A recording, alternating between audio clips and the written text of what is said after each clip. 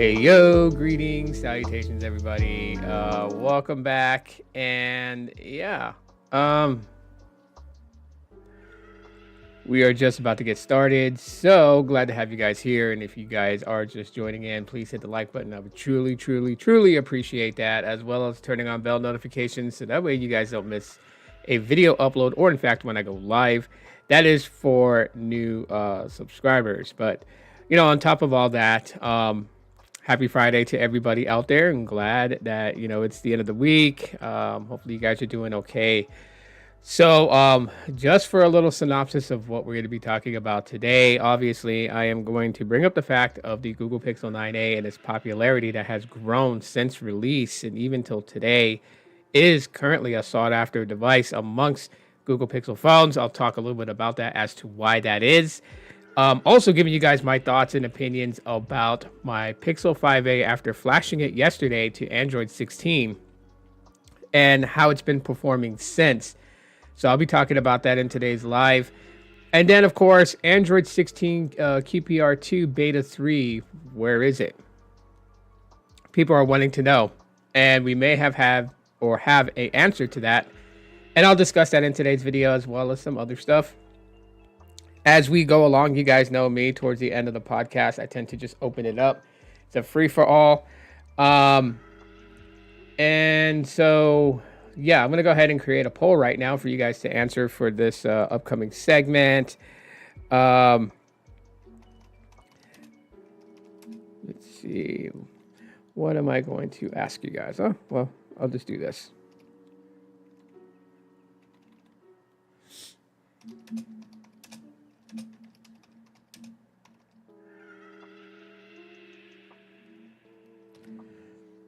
Here's just my little quick question for those people out there. So I'll start this poll and we'll see how it goes. Anyways, would you pick up a Pixel 9a if and I don't want to make a long drawn out question, but just basically if money was no option, would you pick up a Pixel 9a today? That is the opening question for this live stream. So glad to have you guys here. Welcome in. And so, yeah, the Google Pixel 9a is making its rounds again on the scenes for YouTube. I am starting to see just quite a bit of YouTube shorts that have been put out in the last 5 days, and it's centered around the Google Pixel 9a. And then, people's, opinions may have changed for some. For others, they continue on to say that it's a pretty solid phone, that they enjoy the phone, and there's a reason why the Pixel 9a is grabbing up so much attention, and it kind of correlates with its big brother flagships, the Pixel 9 and the 9 Pro and 9 Pro XL. So when you look at, we're not going to go all the way back to the original Pixel, but we're going to start off at the Pixel 6, right? The very beginning of the Tensor era. And from there up until the Pixel 9, you feel a shift between the Pixel 6, the 7, and the 8. And then when you get the Pixel 9, you just feel this shifted difference. Some would describe it like the pixels have matured, earlier day pixels were they were like a child that just has a wild out imagination, right? That was the very beginnings of it. Starting from the Pixel 6 is that upcoming kid that's going into the adolescent years type of phase would be described for the Pixel 6, the 7, and the 8. And then the 9 series seems to be more of the maturity level, has really just kind of started to gain traction. Not really peaked out yet, but just gaining traction, right? So the design of the Pixel 9, the way that it looks, people looked at it in a different limelight. I mean, yeah, it sounds so weird to describe it in that way, that something as far as the design aesthetics could change one's opinion of how they feel about a phone. But let's just be real. A lot of things today when it comes to smartphones is based on visuals, right? People pass judgments on phones directly from just looking at it without ever holding the phone in their hand. And while we as content creators can call out people like that and say how totally weird that is, but that is the reality of things. That is the reality of this community of techies and nerds. You know, we just have to deal with that. And so when you look at like the Pixel 7, you look at the Pixel 6, right? Like you're like, okay, those are pretty decent, right? Other people didn't like the design of the camera visor and all that stuff, but it for the most part, Pixels was getting an identity. An identity was born with that design change up from the Pixel 5 to the Pixel 6. But it still wasn't taken to be like wasn't taken serious by a lot of people. It wasn't until the Pixel 9. And it's not because of the the boxes squared side rails, what they call the industrial, however you want to call it. It wasn't because of that. I mean, per se. It kind of had something to do with it, to be honest, but it wasn't like it wasn't the whole tamale right there. But the design aesthetics really did get people to kind of look at the Pixel lineup like, oh, they're maturing. They're really focused on challenging Apple. They're really focused on grabbing more of the market out there. And that's how a lot of people felt. That's how people had described it when talking about the design aesthetics. Now, I know, how does this correlate with the Pixel 9a? The 9a also kind of just changed up, with the Pixel 8a being the last A series device with a camera visor that was distinguishably noticeable as a Pixel device. The 9a just completely just went a whole different route, and it was scary territory for Google. It had to have been, because I don't think they were really sure how people would respond to a device that completely got rid of the camera visor. Like, I'll pop mine out of its case. But switching, from a camera visor to this design had to have been scary for Google at some point. It had to be like, would people like it? Would people hate it? And for the most part, it was well received. Tons and tons and tons of reviews basically mentioned that aspect, right? They mentioned that the camera sit flush to the body. You don't have to worry about your phone rocking on a table when you're like tapping on the screen. And, for the most part, you didn't have to worry about that with Pixels in general, because that camera visor pretty much kept the phone slightly leveled. I mean, it did elevate and raise it just a little bit. So there was a little bit of a purpose behind the camera visor, besides the fact that it housed the camera sensors. It also allowed the phone to kind of slightly raise up from the table, so you can look at the screen, get a better angle. Whereas on the Pixel 9a, you lay it on the table, it's flat. It's not rocking, but it's not slightly tilted either. It's just flat. But you know what? It was a well-received design change. And then, there are people that look at it, and while, right off jump, you think, okay, it's boring because there's not really anything going on back there. But I think sometimes boring is actually good, right? Like, for instance, you could put on, your best, shirt with a nice design, some nice dress pants with some dress shoes, and you could feel like $1 million. But did you also know that sometimes people just look really, really good in just t-shirt and jeans, like a pair of jeans? And I think that's what the Pixel 9a just kind of represents there. It just represents that t-shirt and jeans style, right? Not a lot going on in the back, not overly flamboyant, but yet this is still recognizable. Just look at it and let it marinate for a second. This is still recognizable. So even if it doesn't have that camera visor, it's still a recognizable device.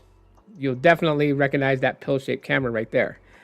And yeah, so design-wise, aesthetically, the Pixel 9a was accepted by a lot of people, and as in fact, probably wasn't the the review that Google thought was going to come to it, but it did. But it's also a lot of other things, and really, it's not so much in this instance that I'm going to talk about. It's not so much, Google, like not Google, but like the Pixel 9a for this. Man, I totally forgot that this time they come to empty the dumpsters. I always forget that the garbage truck drives by this time.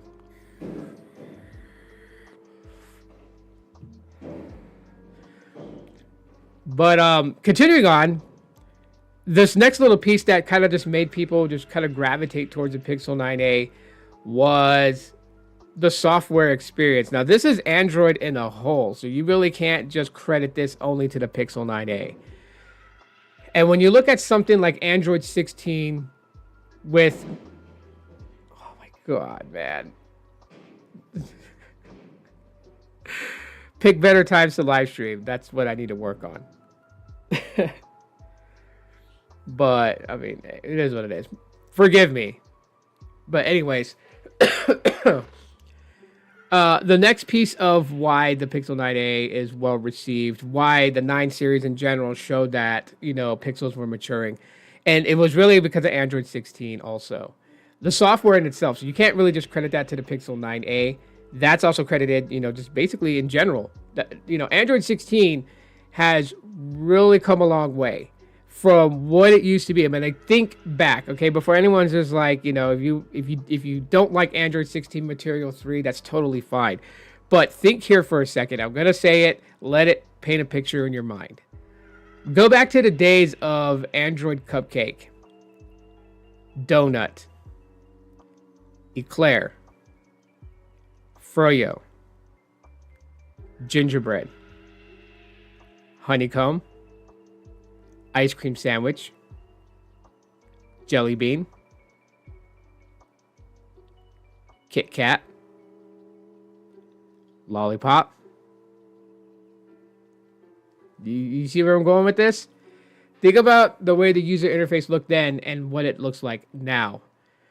Back then, you know, some people had said that Android, especially given one of those iteration software that I mentioned, they had this way of describing Android back in the day that was very, like, you know, like childish, right? Like, you know, a pre-pubescent kid on a old school PC living the life out as a wannabe hacker. I mean, that's how people kind of described Android back in the day and the way that it looked. Especially Gingerbread. Gingerbread was just like one of the most oddest user interface styles ever created by Android. Because there was 2 versions, if you guys didn't know. There were 2 versions, right? The earlier version of Gingerbread was like this Teenage Mutant Ninja Turtle green and black, and I forgot what the other color was. And then it shifted, and it added an additional color to it, which was orange. And it was like so weird. It was like putting your PC in high contrast mode, but like with, like, you know, mutant green, black, purple, and orange. It was something to look at. I mean, I never really, you know, hated the UI for Android Gingerbread. I didn't. I just always thought it was a little weird. But I mean, when you look at something like that and run it side by side with Material 3, and then you kind of see just the level of maturity that Android has gone through for so many years, leading up to what it is today. The fact is like a lot of people have been screaming for customizations in Android, right? Like that's the reason why like custom ROMs were so popular, you know, in like, you know, from like, you know, 2012 all the way to about 2017, about 5 years, custom ROMs was the thing. I mean, you would always see content creators, you know, not the major ones like MKBHD, but, you know, there were some content creators that were very well known, and they were like, I called them the underground techies. And like, you would see them buy things like the HTC One M8 or, you know, like the M7. You would see them buy, you know, the Galaxy S4 or just any of those phones, S5, S6. And like they would unbox the phone. You would get like their personal opinions on these phones, right? And like then you would get a full-fledged review. And then like maybe like 3 months later after their full review of that phone, then you would see them like drop a video like they put, you know, AOSP Android on their Galaxy S6, and like they were custom ROMing it. It's because like with custom ROMs there was so much that you could do, and some of those things are now baked into stock Android. Not a lot of it, but some of it. At least some of the ones that, you know, a lot of us could recognize from custom ROMs have made their way into stock Android. But there's still a little bit more that they could have brought in, but instead, you know, they decided to go a whole totally different path with customizations. And I think that's why Material 3 Expressive was something that they're so proud of to unveil and give, is because like now you have this user interface that is kind of smart enough to just look at your wallpaper colors and stuff like that and just try to match things out, like the widgets, you know, the keyboard, the notifications, you know, just all this stuff. starts to blend and match together in like, a color palette that just seems to integrate and play well amongst apps, especially a lot of apps who have used or have adopted the APIs into their app in order for it to kind of just match out with Material 3. And so, yeah, while it's not the type of customizations that we're used to with days of custom ROMs, we are getting customizations nonetheless throughout the Android user interface. And, the craziest thing is that I'll be talking about it in the Pixel 5a segment, about Android 16 and the experiences. A lot of us that have Pixels definitely get to enjoy that aspect. And while I have it, on my devices, my Pixel phones, and I can say that, for like Samsung and OnePlus and all of them, like they're gonna have their own iteration of it, but it's not going to be on the same level, right? Like that's just something that's just you can't overlook it. You can try to manipulate people into believing like whatever they come out with their user interface is identical to Material 3, but it's not going to be. It's gonna come close, but it's not going to be. And I noticed like some people that have devices that got Android 16 that are non-Pixel devices are talking about it. Like, they're not really getting Material 3. They got Android 16. They got some sort of thing that comes close to it, which kind of, integrates that whole Android fragmentation back and still live and present in 2025. Even though I wish the fragmentation was gone, this is one of the things that contributes to that. There are people who I have seen online, like, when I read, I do a lot of reading, and they don't like Material 3 Expressive, but then they start naming off things that they don't like about it. And these are things that I'm just like not familiar with. Like, okay, like what are they using? And then I see later on in their threads with other people and their comments back and forth, and they're talking about a device that they're using that's not a Pixel, that has Android 16 and has something within the user interface that is seemingly close to replicating Material 3 and what Material 3 sets out to do, but it's not Material 3. And it's like, oh, okay, now I understand why they don't like Material 3, because they think what they have, right? Which, nothing wrong with that. Layman's thoughts, layman's terms, okay? You say Android 16, Material 3 Expressive, and then anybody that gets Android 16 on their phone is going to think that they have Material 3 Expressive like right out the gate, the same way as Pixels have it, and they don't. You just don't. So with Android being at that, I don't want to go too far into Android 16 because I am going to talk about that a little bit later. But Android 16, the design languages, the build of these devices, the Pixel 9a is really just launched up in being taken serious. And so like it doesn't surprise me. It actually puts a smile on my face to see like so many creators just kind of just talk about it and how the Pixel 9a is such a great phone and everything like that. And it really is. It really is. Shocking as it is, and as of lately, my main daily driver device is my Pixel 9a. Okay, so like my main SIM is in this phone. And then you're like, well, what about the Pixel 10? Well, the Pixel 10 is actually my backup device. The Pixel 10 is my secondary device I use. The Pixel 9a is my primary. I use, because like a secondary device to me would be a device that I would use for most of my photography, most of my videography, right? I don't like using my primary device for that because, of course, taking video, taking photo can eat the battery. And if I'm getting important phone calls and stuff like that, then I want my primary device to have power in order for me to basically get those calls and those messages and not miss anything. So the 9a, which is a solid phone, I really like this thing. I don't feel like it's a hindrance because this is my primary device and my Pixel 10 is my secondary device. I don't. The experience between my 9a and the Pixel 10 is identically close. There are a few things that are probably a bit different, and that's in the realm of the whole AI thing. That's in the realm of like if you're using AI, Gemini Nano and whatnot, you'll definitely feel an experience with the AI processing and everything like that. But other than that, for the most part, Android to Android, dollars to donuts, it's pretty much the same. So the Pixel 9a is my main daily driver device. The Pixel 10 is my secondary device. And you know what? I'm pretty happy with it. So let's see. We got some votes happening here. Let's see what we got right now. So right now, basically picking up a Pixel 9a, more say no to it then yes. Oh, very interesting. Any particular reason why? Does anyone care to share why they wouldn't pick up a Pixel 9a if money was no option and you could just go out and buy one? Would you? Like I said, some of y'all said no. So let's see if someone out there wants to say why they wouldn't pick up a Pixel 9a. I would love to know that.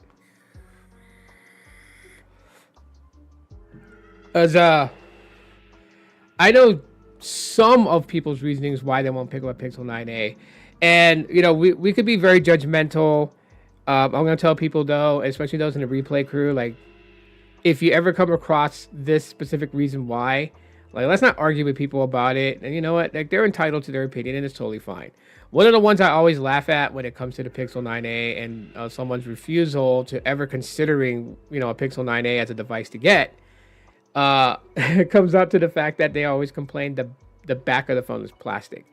I think that happens to be a positive for the Pixel 9a rather than a negative, because I have better what do you say, like I have a more positive outlook rocking this phone without a case, because the back is plastic, and if I hit it against the side of my table, it's not going to crack or shatter. I think that's like one of the big things. Like if I just want to rock this naked, I can, and I have the confidence to do that without a case.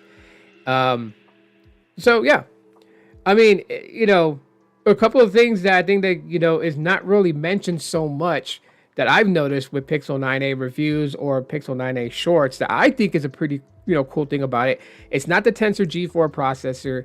It's not, you know, the body design. It's not the disappearance of the camera visor. Those are notable things, but those aren't things that, you know, like that stands out to me when I look at the Pixel 9a versus the rest of the A series devices that I have.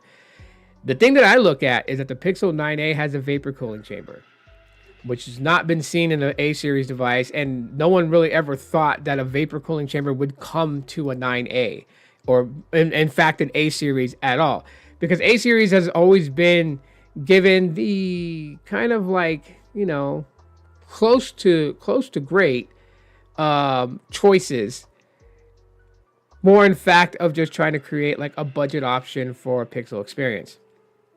But the fact is that with the Tensor G4, which is a slightly modified G4, right? It's not boosted to be more powerful. It's actually slightly hindered from the same G4 chip that you find in the Pixel 9. This one is scaled down a little bit. So I'm just like, okay, you know, like performance and everything like that, it's not going to be exactly on par with the Pixel 9, that the Tensor G4 processor is kind of scaled down. But then, you know, when people ask me, like, does it get hot? Does it get warm? And I tell them, no, it really doesn't. Because, like, right now is, like, the best time for me, you know, to test out the Pixel 9a too, if it heats up or anything like that, because we have strange weather here in my city. We are in the 60s at night. We are in the high 70s, low 80s peak day. Okay, so, like, now the weather's not really affecting the temperature of my smartphones, right? It's more based on my usage. And this phone doesn't heat up at all. Not in anything that I do, you know. And I'm not a heavy gamer and stuff like that, right? So, and that's not, I don't scale things based on just what a small population of people do. Believe it or not, you may not, because, you know, you may be enrooted in gaming communities. So you're like, okay, you know what? Like everybody games Genshin Impact, but no, you're relatively a small group of gamers. Most people don't really game on their smartphones like that. So I'll be honest with everybody. Like I don't do heavy gaming on my phones. Like I do heavy gaming on my PC. I do heavy gaming on my laptops. I don't do it on my phone. And yeah, but with everything I'm doing, you know, whether recording in 4K, which can heat a phone up, right? When you're recording 4K video, like 4K 60, you can definitely get your phone warm. And you know, my Pixel 9a that I recorded 4K video with and such, and it doesn't get warm. So that, you know, it's not the vapor cooling chamber is not just inside for an aesthetic look and just to be able to say I got a vapor cooling chamber inside of my Pixel 9a, but it actually is serving its purpose, which is dissipating the heat that is built from the CPU. So that way the phone doesn't warm up, which, you know, heat can actually affect internal, you know, mechanical components inside of a phone. And so it's doing its job, and that's a good thing. That's absolutely a good thing. And yeah. So what up, B Tech? What's going on?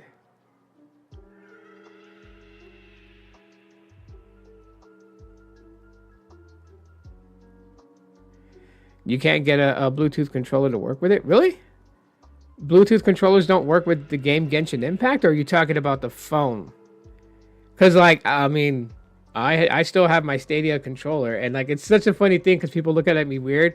But if I want to like, if I have to go to like, some place where I have a long wait, I will take my phone mount that mounts a phone to this controller and use it as a handheld gamer, and just go out there and just like play a game on my phone with the controller. People just kind of looking at me weird and everything, but you know what? I mean, it works. It works. It's pretty cool and everything like that. So I don't know. Do in detail explain what you mean. But anyways, yeah. So that's like one of the coolest things, right? Which we've seen these things just kind of handed over to the A series that we never expected to make to the A series devices. And so the fact is, like, I know it's a vapor cooling chamber. Some people will downplay that, be like, well, what's so special about it? Like I mean, hey, they never had to put one in there. And they did. And so it only just, has me more optimistic for the Pixel 10a, and like what we're going to expect from the Pixel 10a going forward and everything like that, which I've already talked about that, but we'll get more into that a little bit, which is always weird. Like, if I post a video about like the Pixel 10, and something that came to it or something that's cool about it, I'm pretty sure it'll get a decent amount of views. But like every time that I talk about a future Pixel device, it gets no traction until we're drawing closer to when that device is coming out. And then my video gets picked up by people like, oh, this guy talked about the Pixel 10a like 8 months ago, or it's so weird. But yeah, I'm excited to see what's going to come in the Pixel 10a, if that ever even comes, because of course the A series every year it's always thought to be like Google's going to disband it and get rid of it. I hope not. I absolutely hope not, because I wouldn't want the A series to go away. That'd just be really crazy and weird.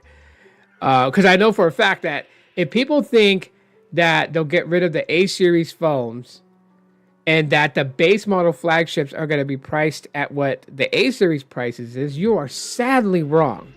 You are sadly wrong. And I think that's why a lot of people say that, where they're like, get rid of the A series, get rid of the A series, because to them, they think their logic is that if they don't make any more Pixel A series phones, then the base model Pixel phones, they think is gonna Google's just gonna drop it down to what they were charging for the A series phones, and that's not gonna happen.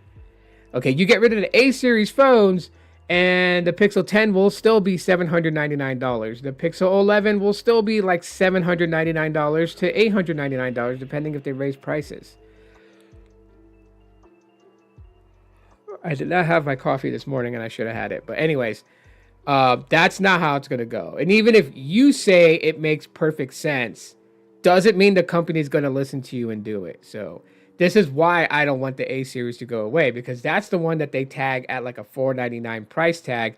So I would still want that to be out there for people who want a Pixel phone. Because trust me, like I said, the Pixel 10, the only reason why I was able to get it was because through my carrier, an upgrade for a Pixel 10 came to the price of $499. So I didn't even spend $799 for the phone. I spent what you would have spent for an A series. And that's with discount. So that's not something that they can just permanently do, or they're willing to permanently do. No, I don't feel like that. More people voting no, they would not pick up a Pixel 9a. This is getting heated. Anyhow, cool. I'll leave that poll up for a little bit. I'm going to switch tracks here. One of the things that, and like I said, I'm a big fan of Pixels. It's not really the cameras. Like, the cameras are great. The cameras are fantastic, and I love using the cameras. I love taking photos with the Pixels. I love taking videos with the Pixels and everything. Like, it's a great experience, but that's not ultimately the reason that I'm such a big backer of the Pixels. And it actually has to do with yesterday's video, yesterday's video. I recorded it as a video. I keep thinking it was a live stream just because of the way I recorded it. I don't know why I'm so tired. It's Friday, but anyhow, Yo, what's up, Isaac? So the major reason that I am a big, fan of pixels is because to me they are so versatile. You could do a lot with pixels. Like aside from like, some of the normals, like I'm using the Pixel 7a as my webcam for live streaming. That's what I'm using as my camera. Just plug and play into my PC and boom, there, it's ready to go. Um, but it's also the fact that you can install custom ROMs. Now, people will be like, well, Samsungs, you can put custom ROMs on those. You can do it on OnePlus. You could, like, yeah, you can. The most easiest phone to use a custom ROM on is a Google Pixel. They are so easy to flash, right? Developers don't really have a hard time building custom ROMs for something such as this. My Pixel 5a. Why is the ghetto bird out? I don't know if you guys can hear that. Can you guys hear the helicopter? No, I just been like that because I've been tossing and turning all last night when I was sleeping. Not I don't know why. Probably not feeling well because the weather change. I don't know. Like I always get sick when the weather just changes up on us like that. And like right now, it's in the worst phase ever for weather. So like, it's hot peak day. Well, warmish hot, right? Like I said, between like upper 70s to mid 80s. But then at night it drops like low 60s, high 50s. Like that's a 30%, like a 30-degree difference, and that really affects me. I get sick, and like right now my body feels like really weak, and I'm feeling tired. So I apologize if I'm yawning and everything. If yawning is contagious, that's why I apologize, because I don't know if I made some of you guys yawn, and if I did, I'm sorry. But anyways, yeah, Pixel devices are very versatile, and you definitely can build custom ROMs for them. I mean, the Pixel 5a was probably one that I saw that not a lot of developers really focused on. There's not a lot of ROMs for it, but thankfully, Lineage OS, they have developers who are interested in building for the Pixel 5a, and so the Pixel 5a still has life today. It has a lot of good life left in it, as a matter of fact, because it wouldn't surprise me if Android 17 comes to it. Oh my god. Oh gosh, I'm so tired. Ugh. Sorry. Wake myself up. But anyways, yeah. It wouldn't surprise me if Android 17 came to it, so I'm just like, whoa. But I can tell you guys, Android 16 is on the Pixel 5a. I installed it yesterday. If you guys didn't see that, go check out that video after the live stream's over. If you guys want to see how I did it, I shared basically my experience of installing it on there. So I already had Android 15. I had Lineage OS 22 already on my Pixel 5a. So all I did was just show people how to upgrade from LOS 22 to LOS 23. But, in the description, it has links for everything. It has links from like doing an entire custom install if you're coming from stock Android, if you're already on LOS 23 and you're just doing a security patch update, and then if you're upgrading from LOS 22 to 23. So there's like 3 different links, and you just follow the instructions and download what's necessary, and make sure you meet all the prerequisites on your PC before you go and do it. And so, yeah, after having Android 16 installed on there, of course, biggest question people ask, does it have Material 3 Expressive? And I'm going to tell you guys, no, it does not. I am going to make a deep dive video onto it, but, just to kind of give you guys like a little bit heads up update, just of the Pixel 5a and Android 16. It's just based on Android 16, but there's no Material 3 Expressive or any of that on it. So for the most part, it just looks like Android 15. Aesthetically, user interface looks like Android 15.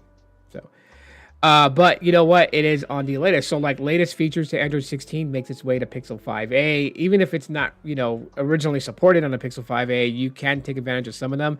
But there are a lot of features that Android 16 plays out that the Pixel 5a is not able to take advantage of, and therefore they're not available in this custom ROM.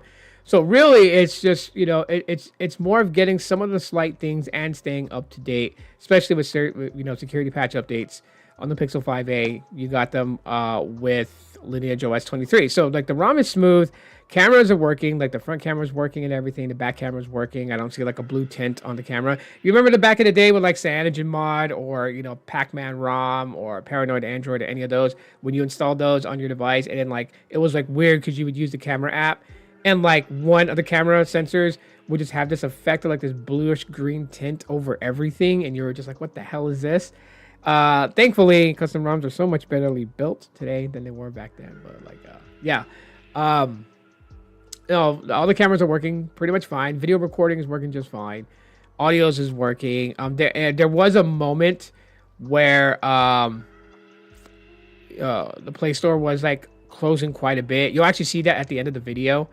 But after I ended that video and was editing it, and I was still setting up the Pixel 5a, the Play Store kept crashing. And so what I did was I booted back into recovery, and then initiated a ADB sideload, opened up a command prompt, and then re-sideloaded the G apps.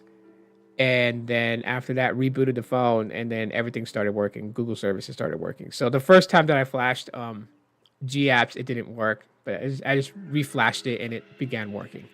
So, just keep that in mind.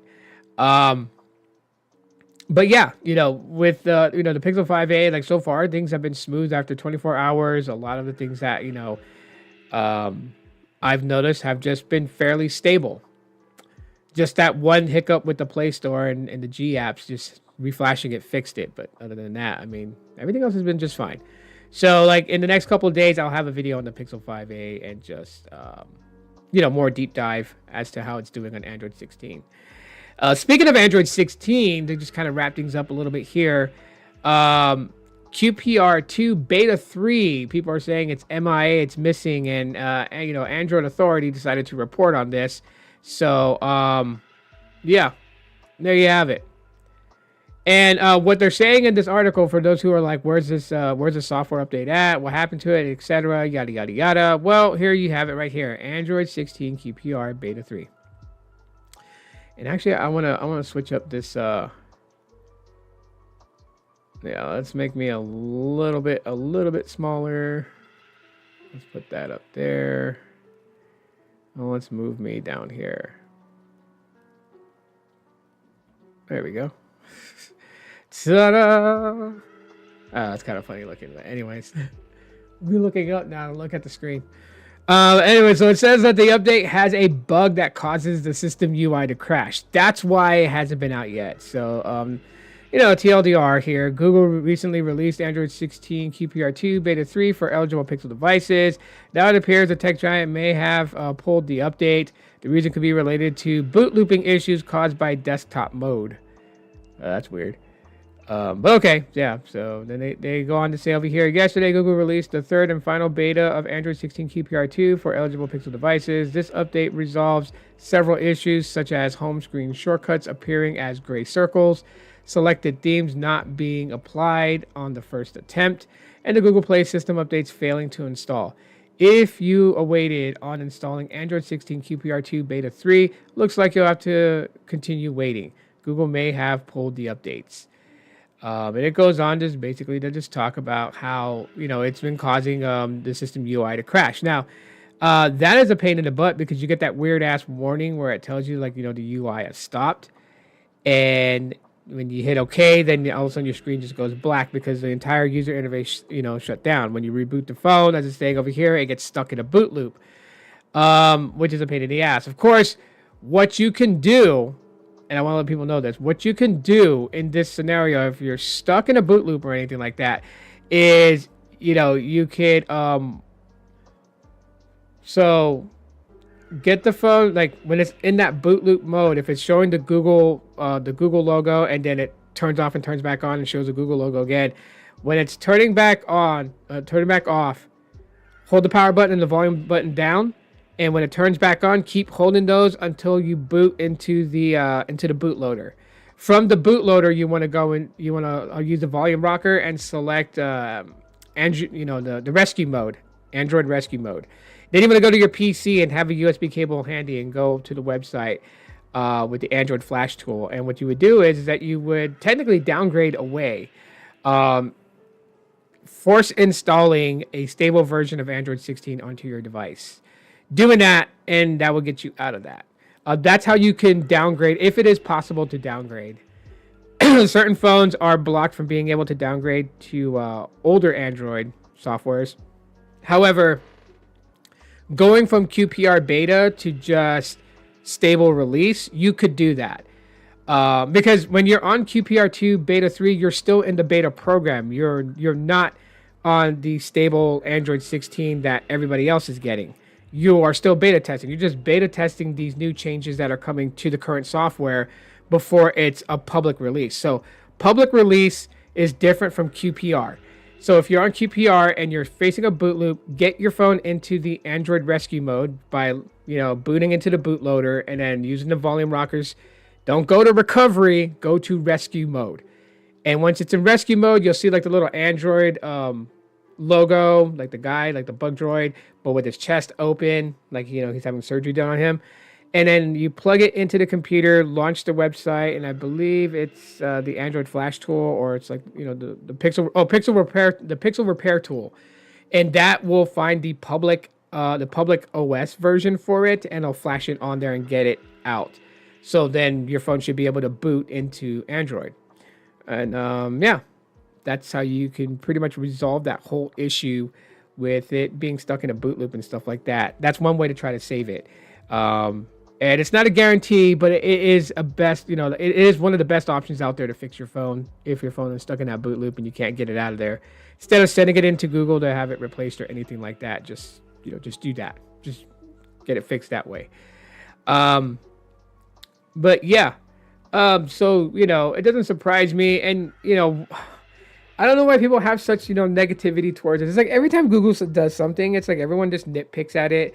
But if Apple or Samsung does it, it's like totally okay, right? And people are mad, just like, oh my God, they're so pathetic. They can't, like, first of all, dude, this is beta. Okay, like everyone pumped the brakes. Everyone's so happy to celebrate, Google's downfall because they don't like them. It's just like, oh my God, they're so terrible. Their own software is crashing on people. It's beta, you jackholes. It's beta. It's not the public version. Okay, betas are going to have bugs. Okay, and don't give it its crap, because iOS 26 beta was, in my opinion, garbage. Okay, it didn't actually start smoothing itself out until public release. So like iOS 26.0.1 made me change my opinions on iOS 26 as a whole. But that wasn't beta software. That was public release. Okay, the beta iOS 26 was garbage. It didn't run right. User interface was choppy as hell. Disgusting. Okay, so while we can sit there and say that, the reason that I didn't tell people like stay away from iOS 26 is because I knew it was beta. That wasn't the full-fledged iOS 26. And when iOS 26 comes out, it would be behaving in a totally different way. And that's exactly what it is. Same thing with this. This is beta. So something that they implemented in and however they coded it is causing the system to crash. All right. Well, they got a team of developers that's already in it, that's probably dogfooding the thing and going code by code. Screen the call. Anyways, and yeah, so it's just they'll find the bug problem.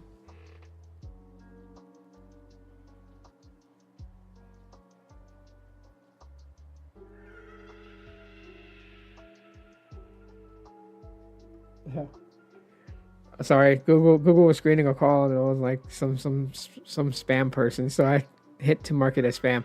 But anyways, yeah, so this is beta software. I expect bugs, and I think people just need to pump the brakes, calm down, and you know what? Like, what the hell are you celebrating for anyways, man? This is just tech. Everything advances and moves forward. This is a talk of today, and tomorrow will be an afterthought. Not a big deal. Most people out there who are not, fidgety and fiddling with their phones are not even on 16 QPR2 Beta 3. They're on public release, and they don't care. But for those who have been on beta and been wondering when the next version's coming out and like, where is it? What happened to it? Why is it not here? Well, this is why. Because the system UI is crashing. Basically on code that, someone got wrong, mistyped or whatever. I mean, yeah. We don't know how many lines of code is in QPR2 Beta 3. Could be like 14 million lines of code. Who knows? But like ultimately, I'm not too concerned about it. if it was just ironing out some bug issues, because like the software updates that I'm mostly interested in is pixel drops. Pixel drops, which I know this would be kind of like around that realm, right? Because we have what is it? We have pixel drops of four times a year. So I believe there's one in March, and then in June, September, and December. So we have pixel drops. And pixel drops is when not only do we get a security patch update, but we also get some new features added in, right? So certain features that were maybe on the Pixel 10 will trickle its way down to like the Pixel 9, 8, 7, 6. And so you'll find those in pixel drops, as well as like new things that they talked about at the, for instance, I/O, or, just at a keynote that they said was coming, these new AI features. And then, hold on. Oh my God. Yes, I am getting sick. Anyways, where these features are at, they're like, it's coming in the future, quarter 4 of 2025, quarter 3 of 2025. And then in the pixel drop, that's where you would get those new features. So that's what I'm more concerned about when it comes to software updates. I'm not too concerned about QPR 2 beta 1146. I don't care. It's the pixel drops that matter most. And then of course, the full-fledged software update from like 16 to 17, 17 to 18, 18 to 19, etc. Those are the only software updates I'm more concerned about. So I think people just need to just kind of chill out, relax, have a Coke and a smile. Everything will be all good for the most part. So anyways, yeah, I am trying to do as much as I can video-wise and stuff like that for the rest of the week. And, like I said, I got some things going on at the end of this month. I need to gear up and get ready for. So a lot of hustling, a lot of working, a lot of doing things to make sure that we are prepared and ready to go. Obviously, getting the home ready, as my sister and my niece is going to be staying a few days in my home, and so I want to make things comfortable for them. So then that way they're comfortable here. Anyways, yeah, so that's pretty much what I have for today for Friday's podcast. I definitely appreciate everyone for stopping by, hanging out. I'm actually gonna look at the poll right now, and majority of people. Okay, so I'm gonna end the poll now, and so the final results are as follows. So 62% says no, they would not get a Pixel 9a, and 38% says yeah, sure, why not? No sweat off the ball sack. Appreciate those who voted. 8 votes, so that tells the tale. I appreciate it. I appreciate the Deathlock podcast for popping off in, and definitely you guys go subscribe to the channel. All cool things about pro wrestling. I'm gonna go take some medicine because I feel it coming. When you feel bad and you're not feeling good, you feel it coming and everything like that. So I definitely feel it coming. But anyhow, that's it for today's episode. You guys have been great. Thanks for checking it out, and I'll talk to you on the next one. Aloha.